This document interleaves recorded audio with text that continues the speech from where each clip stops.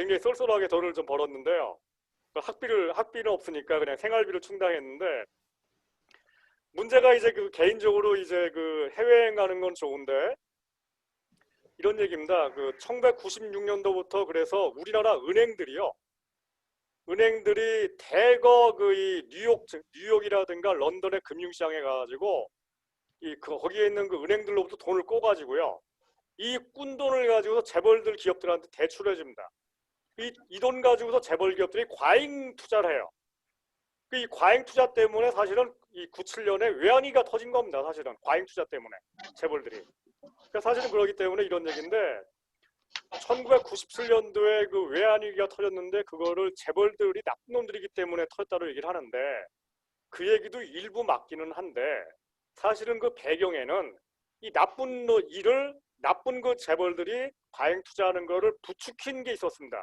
그게 뭐냐면 다른 게 아니라 국제 금융시장에서 마구마구 재벌들이 돈을 꼬우는 것을 95년도까지만 해도 그게 막혀 있었거든요. 왜냐면 OECD 가입이 안 돼 있었기 때문에. 근데 OECD 가입을 하는 순간 재벌들이 원하는 만큼 마구 돈을 꼬은 거예요.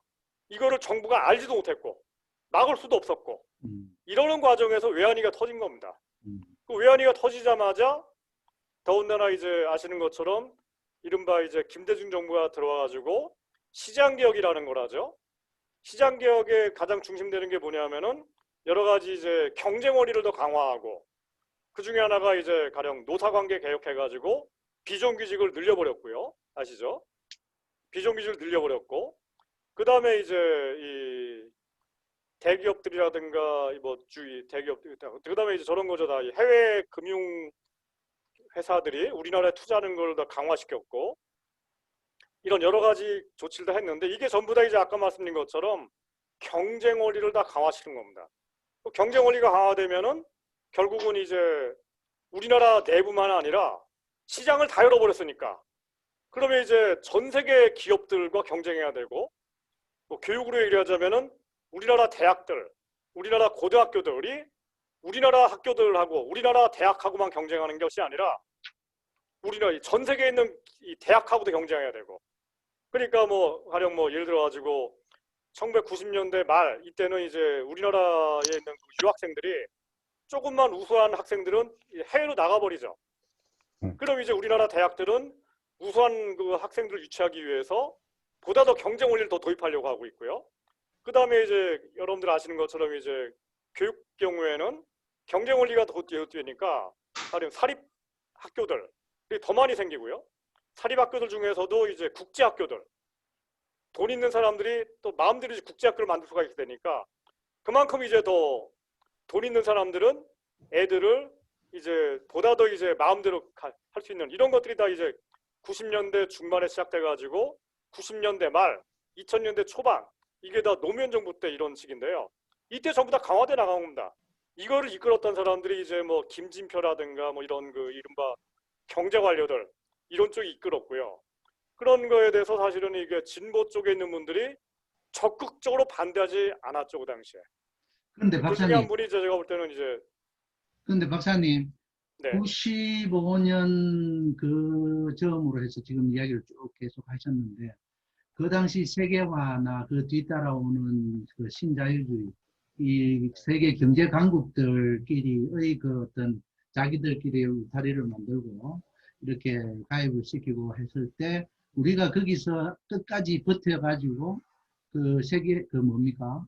WTO나 OECD는 또 들어보니까 성격이 조금 다른 것 같는데, WTO나 이런 것에 가입을 하지 않고 할 수 있었던가? 그렇게 했으면 어떻게 고립되지 않았을까? 뭐 그런 거는 어떻습니까? 네, 아주 좋은 질문인데요. 첫 번째 WTO요. WTO가 1994년도에 우리나라 가입을 하는데요.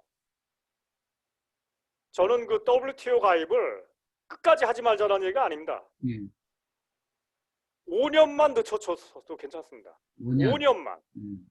왜냐하면 WTO 가입을 하는 바람에 97년 외환위기가 터져버린 거예요.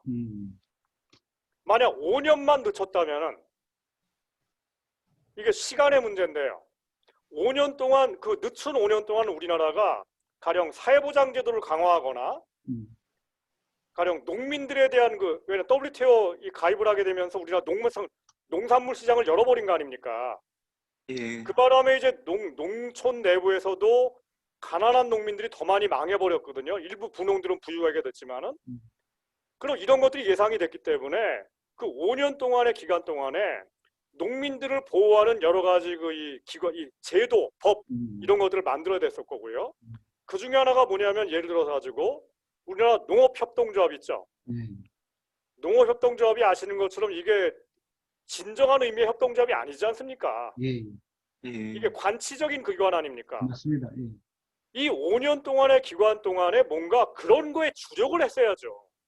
농협을 바꾸는 일에 주력을 하고 그런 장치들을 만들어 놓은 다음에 WTO에 가입을 했어야죠. 사실은 이런 게 뭐냐면요. 프랑스라든가 독일이라든가 이런 데는요. 농민들을 보호하는 그 복지제도, 그다음 협동조합 제도 이런 것들이 다 있는 나라들입니다. 그렇기 때문에 WTO에 가입을 해도 농민들이 큰 타격을 안 받은 거예요. 근데 우리는 그런 게 없는 상태에서 가입을 해버리니까 문제가 되는 거죠, 당장.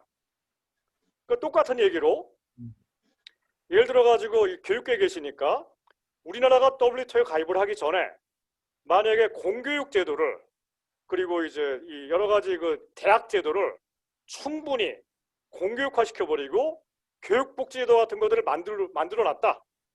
그럴 경우에는 WTO라든가 이런 것들을 해도 지금처럼 큰 문제는 안 생기죠. 근데 이제 이게 다 문제가 되는 겁니다. 내부적으로 이게 다 전부 다. 이게 첫 번째고요. 두 번째는 이제 더 큰 문제가 OECD인데요.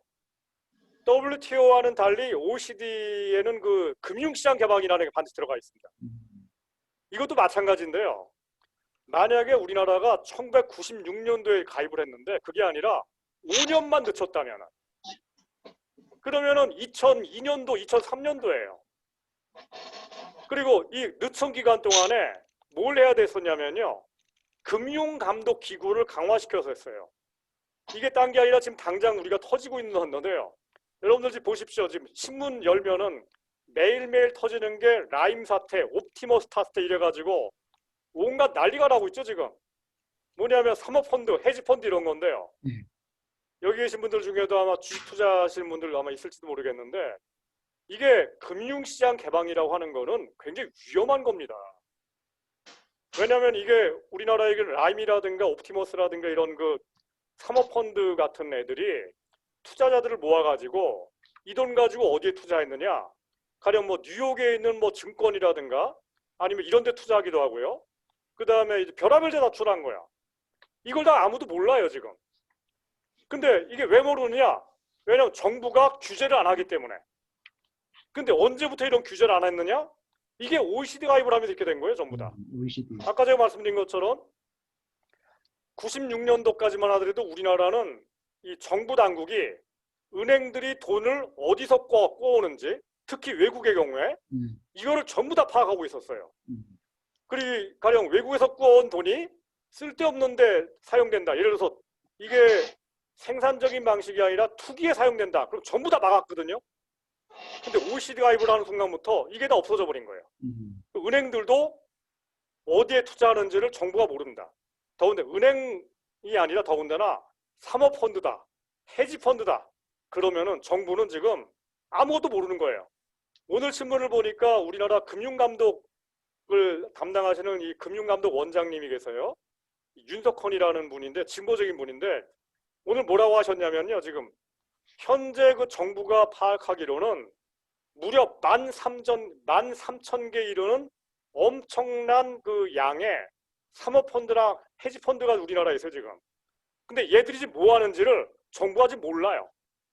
얘들 중에 어느 게 사기를 치는지 아직 드러나지 않은 게 뭐가 있는지 모릅니다 전부 다. 이런 게 전부 다 시작된 게 OECD 가입이에요. 근데 저는 이게 이제 굉장히 위험한 얘기들인데 여러분들 아시는 것처럼 2008년도에 이 세계 금융위기가 터졌죠. 세계 금융위기가. 이게 미국의 월가에서 시작된 거 아닙니까? 이게 바로 지금 이런 사태 때문에 터진 거예요 전부 다. 근데 이런 거를 이런 금융위기가 터지는 엄청난 사안들인데 이거를 우리나라가 현재 우리나라 들어와 있고요. 이게 본격적으로 들어와 있는 게 된 게 바로 OECD 가입 때문인 거예요. 근데 저는 이런 얘기인데, 만약에 우리나라가 OECD 가입이라는 거를 국민소득이 한 2만 달러가 될 때까지 늦췄다면, 2만 달러가 된 게 언제냐면은 한 2010년식이거든요. 그러니까 한 15년 정도만 늦췄다면, 왜냐하면 OECD 가입이라는 거는요, 그 선진국 클럽이기 때문에 의무적으로 안 해도 되는 겁니다. 15년 정도 늦춰도 아무도 뭐라 안 해요, 그게. 근데 왜 그렇게 일찍 가입했냐는 겁니다. 그 바람에 제가 볼 때는 첫 번째 외환위기가 터져버린 거예요. 아시는 것처럼. 이게 일종의 대공황이 터진 거거든요. 그 참혹한 대공황이 터진 겁니다. 뭐 이런 얘기 드립니다. 예. 박사님 이제 다음 그 질문으로 들어가시죠. 이제 궁금한 것들을 말씀하셨으니까 네. 이제 그 어떤 논의하고 싶은 거나 아니면 더 의문 나는 사항이 있으면 또는 이렇게 개선됐으면 더 좋지 않았을까 하는 그런 부분이 있으면 좀 말씀 좀 해주시면 좋을 것 같습니다.